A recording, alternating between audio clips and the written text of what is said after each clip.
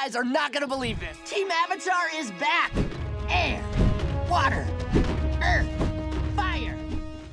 Hey everyone, really awesome news about the Avatar The Last Airbender Netflix series with the new episodes that they're producing. So if you guys haven't heard, they're doing Avatar The Last Airbender again on Netflix. Of course, I'll do videos for the series when it actually drops, so if you're brand new to my channel, be sure to subscribe to get all the Avatar The Last Airbender videos. So they're basically doing a new version of the original animated series, which right now is supposed to come out during 2020, so I don't know when the actual premiere date is planned for, but they might push that a little bit just depending on how production goes, because they just started casting it now, so we're probably going to find out who's going to be playing these characters really soon. So yesterday, Bryan Konietzko gave this huge update on what's going on, because they had to move production offices just because they're in a different phase of the production now. So we'll just read his update here. He posted it with this picture of them walking around the Paramount backlot. I think this is the Paramount backlot, which actually isn't too far away from where my old apartment used to be. But he says, Mike and Brandon walking between meetings from a short while back. I think Brandon is just one of the other Nickelodeon production executives. The production studio on this is Nickelodeon Studios and Netflix working together, but obviously this is a Netflix series. We're moving into a new office space, transitioning into the next phase of production. Our core team is growing. We're writing, planning, and testing. That means they're testing out the look and the feel of everything. Like bending obviously is the thing that everyone thinks about first, but obviously they have to start doing costume tests. They just have to start getting the look and feel of everything just right before they actually start shooting episodes. They shot a whole bunch of documentaries during the making of the original Avatar series. If you're a big fan, you've probably seen some of them, so I'll play a couple clips from that just so you can see what it looks like when they're actually testing a lot of that stuff out. What differentiates the essences of these different martial arts forms? Firebending, of course, we use the dynamic and artistic movements of the Northern Shaolin style. The powerful kicks, the punches, the low stances, the nearly acrobatic movements. It cuts through the center of mass of the opponent. It slices right through. But his message goes on to say, though there's plenty that's new for us in this live action process, we've been on this long roller coaster twice before, because he's talking about the original Avatar The Last Airbender series and then Legend of Korra after that. Right now, everything seems slow and we're itching to speed up. Before we know it, everything will be moving too fast and happening all at once. That's basically when they're on set filming overseas. I don't know where exactly they're going to be filming a lot of this, but I believe they did some location scouting in China. I think they're trying to be as authentic as possible to the setting. For those of you that are eager to see this new series and are asking if we have a trailer yet, obviously everybody wants to see a trailer. Thank you for your enthusiasm, sincerely, but you wouldn't want to see a version of this series that was made within 9 months. The 9 months that he's talking about is actually 9 months from the date that they announced it, because the announcement that they were actually doing the series was last year. Netflix is like, congratulations, we're getting a new Avatar The Last Airbender series from the original creators. M. Night Shyamalan is nowhere to be found. They're going to completely erase the Avatar live-action movie from your brain. Bryan just goes on to say, too much Hollywood fare is fast-tracked and the results speak for themselves. I think that's him throwing a little bit of shade at the M. Night live-action Avatar movie. Thankfully for us and this series, Netflix is committed to doing it right, meaning they're not locking them down on an actual release date if they need to take more time. We're trying to make something special that will stand the test of time, like the original animated series, one of the best animated series of all time.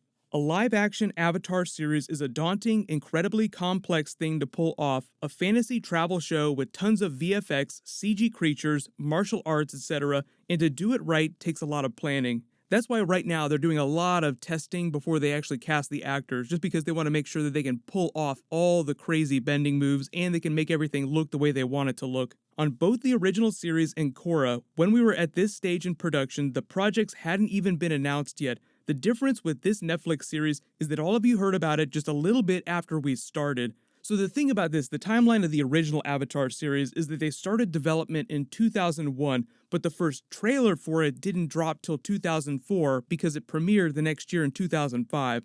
Mike was trying to pitch a show around to different networks. You know, he just kind of met with typical frustrating response. It's very, it's very hard pitching a show. You don't. It's not easy to get momentum with the studio, and most of them were just like, oh, we already have something like that, or we're not looking for something like that at this time. And I remember Mike being really frustrated and saying, like, that's it, I'm done, I'm not pitching anymore. I was like, forget that, man, we're gonna do it together. Let's do it together. I know we can do it as a team.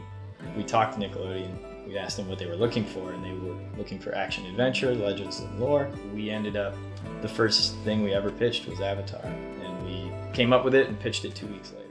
The reason why the live action series isn't taking them quite as long from start to finish to actually make is because they're not starting from scratch. But obviously, translating things to live action takes a little bit of time, but the blueprint is there. They've already written a lot of the stories, so it's not like they're making a new Avatar The Last Airbender series with new episodes doing the same story, completely rewriting everything. What they're doing is they're expanding the original scripts because it was a half-hour animated show, and the new show is probably going to be an hour long per episode, like 13 episodes per season, but each of them are an hour instead of a half an hour. So you have to make the scripts twice as long, but that also allows them to do a lot more character development for each of the Team Avatar core characters, which is, I think, going to be way, way better at the end of the day.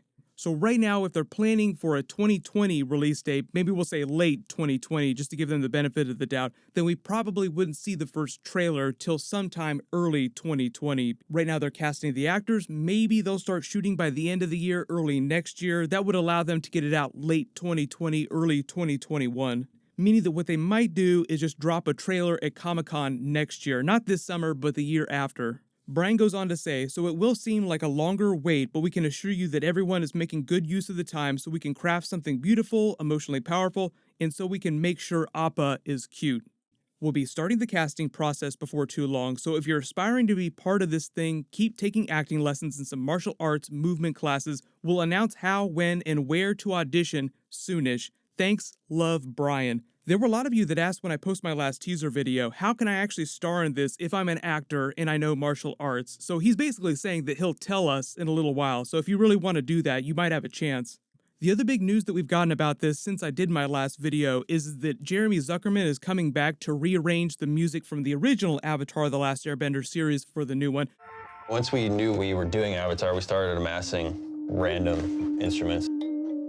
So this is it's called the kalimba, and it's a African thumb piano. This is a Chinese lute, another extremely old instrument. I don't know, what do you even call these? I guess bead drums.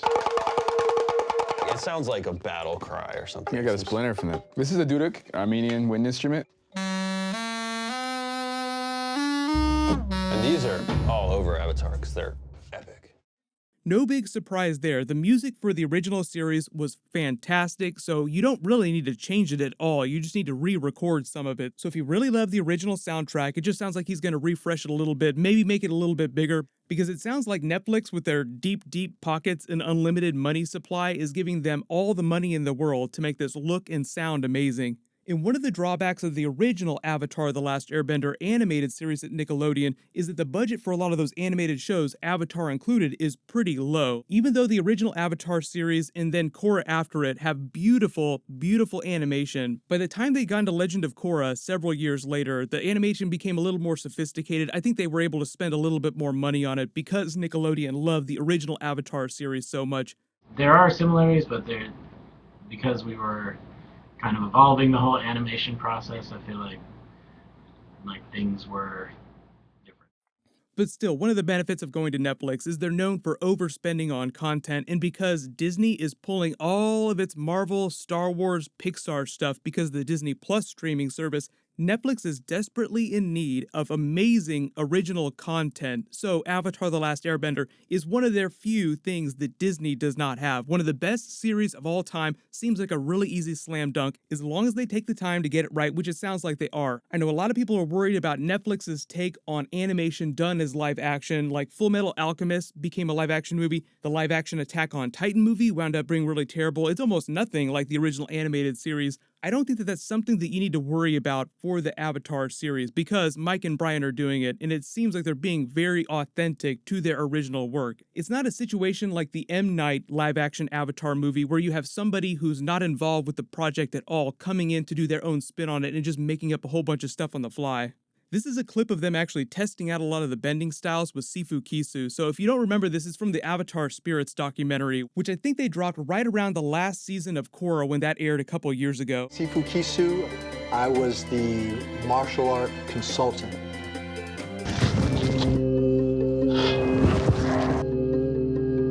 A huge component, obviously, of making a martial arts epic is the martial arts. And we didn't want to just like copy stuff from movies, and knew that would run dry pretty quick.